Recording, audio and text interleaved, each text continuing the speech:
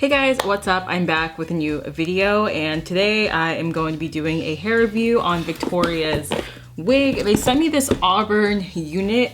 It was originally a 22 or 20 inch, but I cut it down to like maybe 16. I did this because I feel like I wanted to do an inspired look. It's called the Queen's Gambit. It's like a chess series. I know it doesn't sound interesting, but it's actually really good, really dramatic. All the scenes from like beginning to end were amazing, and I was inspired by the character Beth Harmon, obviously, and this hair is completely it for me.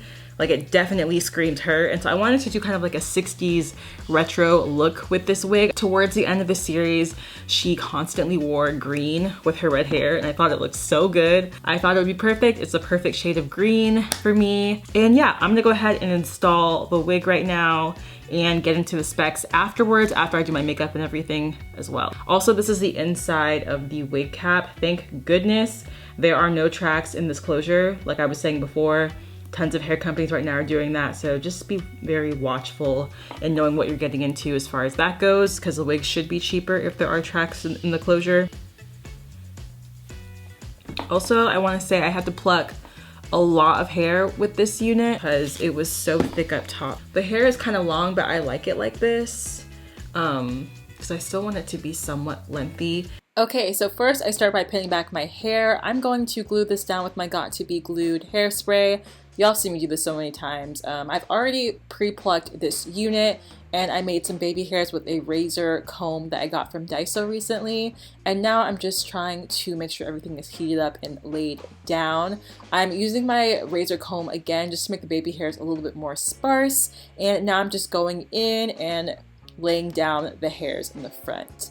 This doesn't take very long, and I prepped this the day before, so it was a lot easier for me. The only thing that I did not do with this wig so far in this part of the video was to taper the edges and make sure that it frames my face a lot better. So now I'm going in with the hot comb, and I'm just trying to lay everything down as flat as possible. This is going to be a very sleek and mature looking style. I wanted it to really match like that 60s vibe, and since the hair is a lot longer, I didn't want to do too much to it. I'm just going to be doing a bump at the ends most likely. I also put some hair mousse at the top just to make sure that everything laid down extremely flat.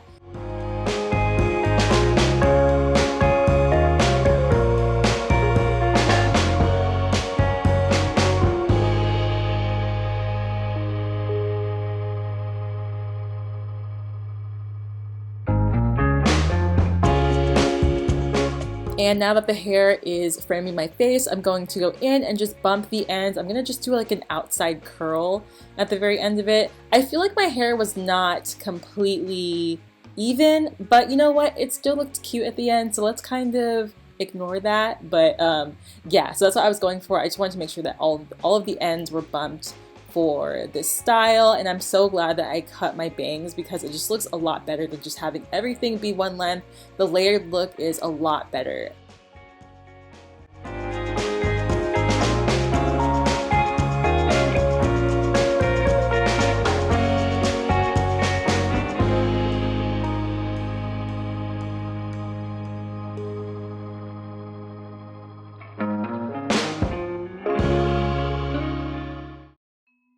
Okay, so I don't normally do voiceovers for makeup, but I'm not wearing any foundation for this look just because I just don't like wearing foundation that much anymore, at least right now because of the whole mask thing. But I'm assuming in the 60s they didn't do too much either, so I'm going to do a very natural look with this. I'm probably putting more emphasis on the concealer underneath my eyes, honestly, and that's really about it. Yeah, I'm using the concealer from Makeup Obsessions. This is in 12.5, one of my favorite concealers to date.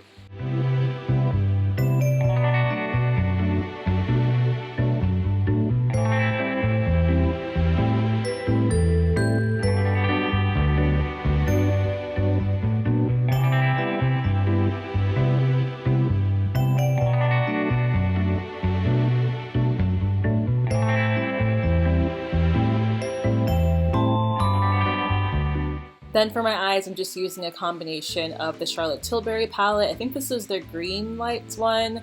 It's just their quad shadow plus the Sugar Pill palette that I have. I think this shade is an Arsenic, I think. I'm just doing like a matte green look because I feel like they did lots of matte looks back in the 60s, so that's what I'm doing.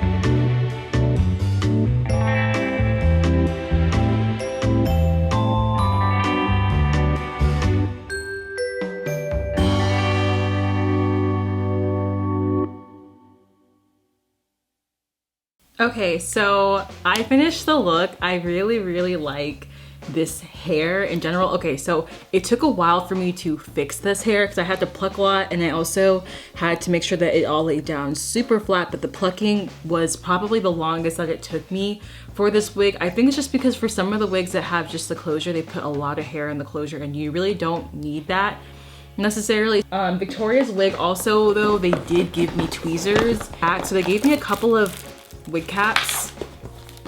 Came in this like nice little satin bag. They also give you a an elastic band, which I personally do not need. Like, this fits me perfectly.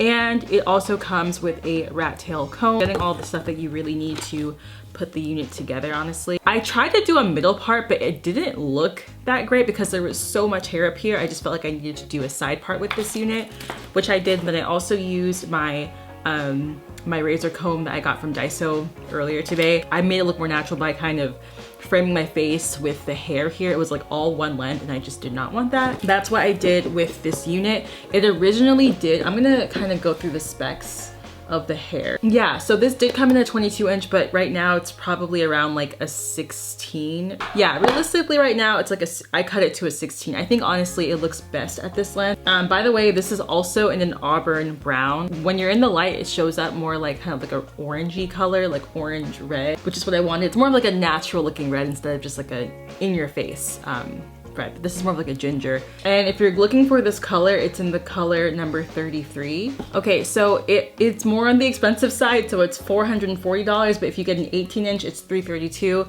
so that's $100 less. I cut this to like an 18 inch, so it's really up to you guys what length you want. I personally didn't really need it that long, so I felt like it was nice. And I didn't even use conditioner when I was washing this wig yesterday. It came out so soft afterwards. I just used shampoo, and the hair is just so nice and flowy. It also has a bit of texture to it, which is great. It's like kind of on the thicker side rather than just super sleek and super flat. But I personally feel like this looks really good like with my skin tone, and it also matches like the aesthetic that I was kind of looking for. So yeah, I think that's it for this unit. Again, it's a 4x4 closure laced wig, Auburn number 33. I think that's all that I have to say about this wig from Victoria's Wig. If you guys like it, go ahead and click the links that I have down below. And that's it for this retro inspired Beth Harmon look. I hope that you guys liked the video. I will talk to you later, and bye.